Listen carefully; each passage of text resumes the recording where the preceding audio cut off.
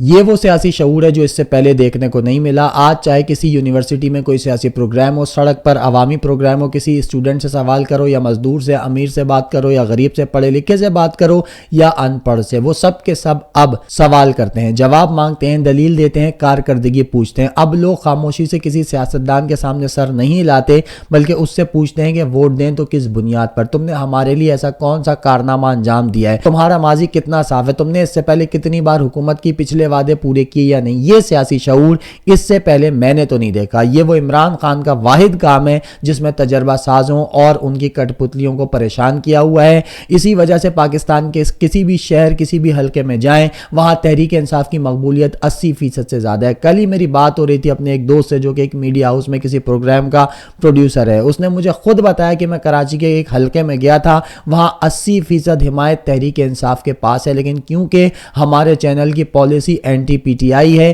اس لیے مجبوراً ہمیں پیپلز پارٹی کے مصنوعی سپورٹرز کھڑے کرنے پڑے, کیونکہ ان کے خود تو کھڑے ہو نہیں رہے تھے. سپورٹرز کی بات کر رہا ہوں. اور جتنے لوگوں نے الیکشن میں تحریک انصاف کو ووٹ دینے کا کہا وہ سب کے سب ہمیں پروگرام سے ایڈیٹنگ میں کاٹنا پڑا. میں یہ کراچی کے ایک حلقے کی بات بتا رہا ہوں. اسی طرح اقرار الحسن صاحب کہتے ہیں کہ میں نے NA71 کے گھنٹہ گھر چوک, اقبال چوک اور دیگر علاقوں میں خود لوگوں سے بات کی اور اسے ریکارڈ بھی کیا ہے. خدا گواہ ہے کہ تحریک انصاف وہاں 80% سے زائد مقبولیت رکھتی ہے. لاکھ معاملات طے ہوں, لیکن مجھے سمجھ نہیں آتا کہ اتنے بڑے مارجن کو کیسے مینیج کیا جائے گا. سوچیں کہ ایک ایسا شخص جو 250 مقدمات کے ساتھ جیل میں بند ہے, نہ اسے الیکشن لڑنے کی اجازت ہے, نہ اس کی شکل اور نام ٹی وی پر دکھانے کی اجازت ہے. تاریخ کی سخت ترین پابندیوں سے وہ اور اس کی سیاسی جماعت گزر رہے ہیں, لیکن اس کے باوجود عمران خان اور پی ٹی آئی کی مقبولیت اپنی انتہا پر ہے. جبکہ دوسری جانب پی ڈی ایم, تو ایک بار پھر پی ڈی ایم میں لڑائی ہو گئی ہے جو کہ مکمل طور پر مصنوعی ہے. لازمی سی بات ہے الیکشن میں جانا ہے تو اپنی گندگی ایک دوسرے کے سر پر ڈالنے کی کوشش تو کریں گے, مگر اس لڑائی میں جو انٹرسٹنگ باتیں ہیں وہ آپ سے شیئر کرنا لازمی ہے. تو دیکھیے شہباز شریف کے وزیر خارجہ بلاول بھٹو صاحب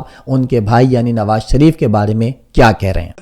پیناما پہ بھائی, پیناما ایک حقیقت ہے, پیناما ایک حقیقت ہے جس کا آج تک ہمیں جواب نہیں ملا. چلے تنخواہ کے ایشو پہ میں مانتا ہوں وہ تو آبزرو تھا, مگر جواب کیا ہے؟ ڈٹائی سے کہتے ہیں کہ پیناما سازش, پیناما میں دنیا تھا, دنیا کے ایک ڈاکیومنٹ, نہ آئی ایس آئی نے, نہ خان صاحب نے, نہ میں نے پیناما بنایا. انٹرنیشنلی پیناما کا الزام آیا, وہ ڈھیٹ ہو کے جیل سے نکل کے انہی اپارٹمنٹس میں رہ رہے ہیں جو پیناما میں ذکر ہے.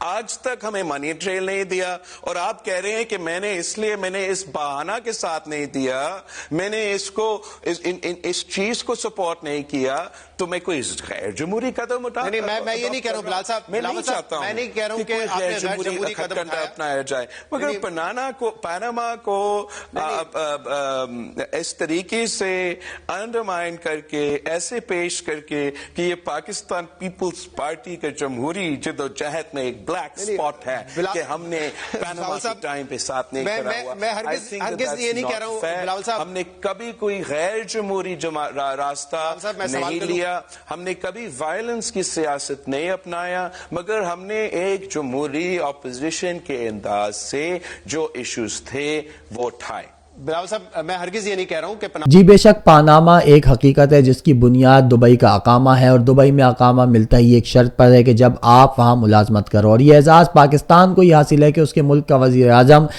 اعظم ہوتے ہوئے دبئی کے کسی لیٹرین کی صفائی بھی کر رہا تھا, اپنے بیٹے کی کمپنی میں چپڑاسی بھی تھا. یہ تو سبھی جانتے ہیں کہ پیپلز پارٹی اور نون لیگ الیکشن سے پہلے آپس میں دست و گریباں ہوں گے, لیکن اس لڑائی میں جو کچھ عمران خان نے ان کے بارے میں کہا تھا یہ خود اس کی تصدیق اپنے منہ سے کریں گے, اور یہی دیکھنے والے مناظر ہوں گے. اب آ جاتے ہیں نواز شریف صاحب پر. تو پی ٹی آئی کی مقبولیت کے مقابلے نواز شریف کا حال یہ ہے کہ اس کا پہلا انتخابی جلسہ حافظ آباد میں مکمل طور پر فلاپ ہوا, جس کے بعد نواز شریف کا کل خانیوال کے جلسے میں خطاب بھی تھا, لیکن وہ حافظ آباد میں ہوئی رسوائی کے ڈر سے خانیوال نہ گیا, اور اس کے بعد لیا میں ہونے والا جلسہ نون لیگ نے منسوخ کر دیا. 2 دن پہلے مریم اورنگزیب نے ٹویٹ کیا تھا کہ نواز شریف حافظ آباد جلسے میں اپنا منشور پیش کرے گا, لیکن اس جلسے سے نواز شریف نے صرف 10 منٹ گھٹی ہوئی آواز کے ساتھ خطاب خطاب کیا اور فرار ہو گیا، اور اس خطاب میں بھی صرف اپنی ذات پر بات کی، کسی قسم کا کوئی منشور نہیں دیا۔ بھائی منشور ہوگا تو دے گا نا، کیا بولے گا عوام سے کہ جیسے ہم نے پچھلے 16 مہینے چاٹ کر اپنے مقدمات معاف کروائے ہیں، آگے بھی ویسے ہی پورے دل و جان کے ساتھ چاٹیں گے؟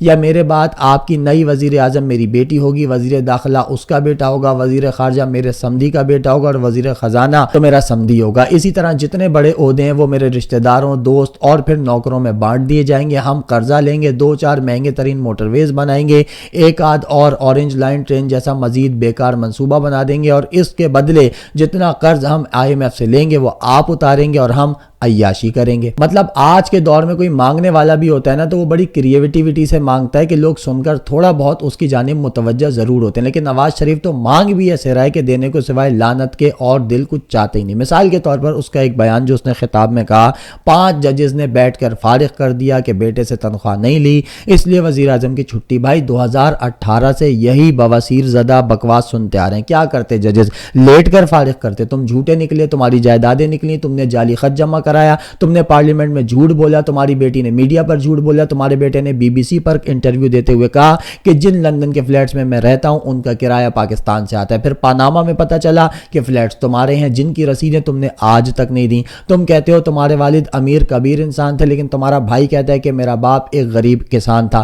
کون ہو تم لوگ؟ کس کی اولاد ہو اور کہاں سے آئے ہو؟ کوئی ایک فیصلہ کر لو، پھر قوم کو اور عدالتوں کو بھی بتا دو تاکہ ہم بھی مطمئن ہو جائیں۔ اور بھائی جہاں اتنی کرپشن کی تھی وہاں بیٹے سے تنخواہ بھی لے لیتے، کم از کم اتنی بھدی آواز میں قوم کو یہ بار بار بکواس نہ سننی پڑتی۔ پھر یہ سیاسی جنازہ کہتا ہے کہ 5 ججز مجھے نہ ہٹاتے تو آج کوئی بے روزگار نہ ہوتا۔ کیا یہ کوئی منشور ہے، کوئی پالیسی ہے؟ مجھے خود نون لیگ کا ورکر بتا دے کہ میں ہوتا تو سب ٹھیک ہوتا، میں ہوتا تو پاکستان ہوتا، میں ہوتا تو خوشحالی ہوتی، میں ہوتا تو معیشت مستحکم ہوتی۔ بھائی 4 بار تو ہی تھا، تب پاکستان برباد ہوا، معیشت دفن ہوتی چلی گئی، قرضے بڑھتے چلے گئے، مایوسی پھیلتی چلی گئی۔ تمہاری 4 حکومتوں میں عوام کو کیا ملا؟ کوئی ایک ایسا منصوبہ بتا دو جو اب تک چل رہا ہو جس سے فائدہ عوام کو ہو رہا ہو۔ لوڈ شیڈنگ ویسی کی ویسی ہے، مہنگائی تمہارا بھائی تاریخ کی بلند ترین سطح پر پہنچا کر دفع ہو گیا۔ کوئی ایک قومی منصوبہ تم نے بنایا نہیں، 4 بار تم نے حکومت کی لیکن کوئی ایک ڈیم تک تم تعمیر نہیں کر سکے۔ غریب مزید غریب ہوتا چلا گیا اور امیر امیر ہو گیا، دولت ایک چھوٹے سے طبقے تک محدود ہو گئی، نہ معیشت ٹھیک ہوئی نہ ہی ہم ایک قوم بن سکے۔ اور تم کہتے ہو کہ تم ہوگے تو پاکستان ہوگا۔ بھائی تم نہ ہوتے تو یقین کرو اب تک ہم چاند پر ہوتے، تم نہ ہوتے تو ہمارے بچے بھی اچھی جگہ پڑھ رہے ہوتے،